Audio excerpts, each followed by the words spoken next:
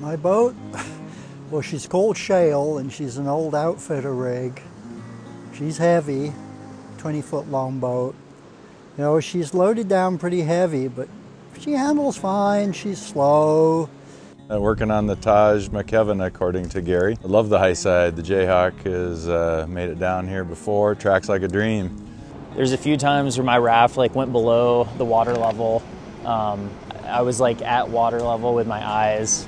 So that's a very strong current that can do that.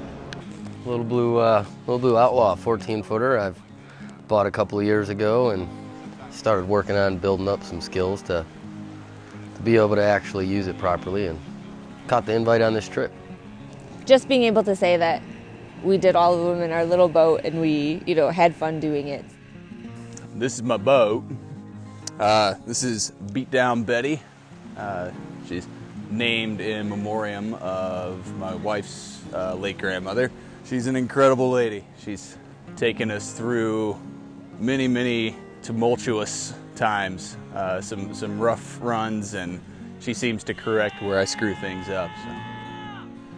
Woo! Way to go, boy! The rafts are very different.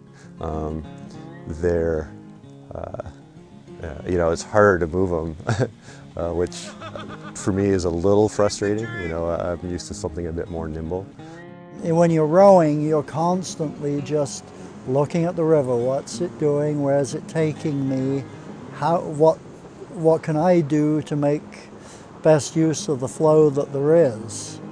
In a physical way, we really aren't able to test ourselves, in the real world, as we're able to out here. I mean, you're really able to test yourself and your limits and your physical abilities and your mental capacities out here in a way that we don't get in the real world. So I think that challenge of really getting to know that part of myself is important.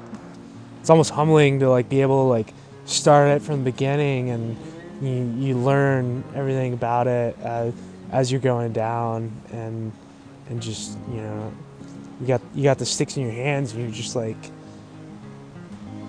you get into the groove, and you just know by looking and reading it. The river's got amazing spirit and life. There's no breaks, there's no turning around, When you make a decision, you have no choice but to go with it, whether that decision is the right or the wrong. If it's the wrong decision, then change it, but sometimes the wrong decision is better than indecision. Even though we're experienced outdoorsmen, we have some beginner rafters. Like Darren, this is really the first time he's rowed, other than one day of training. Oh, here's another one!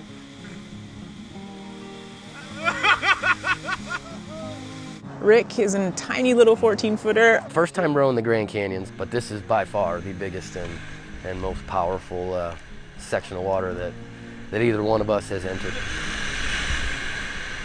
Holy f***! We did it! Whoa! Rick's been amazing watching him row that little 14-footer through some really big water.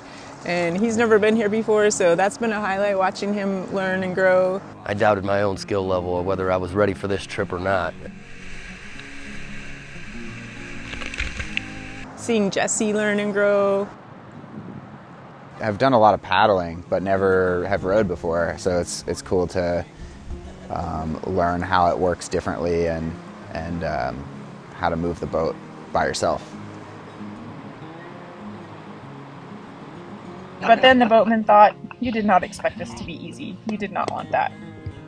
And the wind blew straight and true, and the boatman dipped his oars into the water, and leaned back slightly as he pulled, and leaned far forward at the end of each stroke, and rolled his wrist to feather the oar blades the way the old river rats had showed him. And his boat surged forward into the wind, and the boatman's bare arms were warm in the sun now, and the shade was gone, and without the wind it would have been hot, but the wind kept blowing.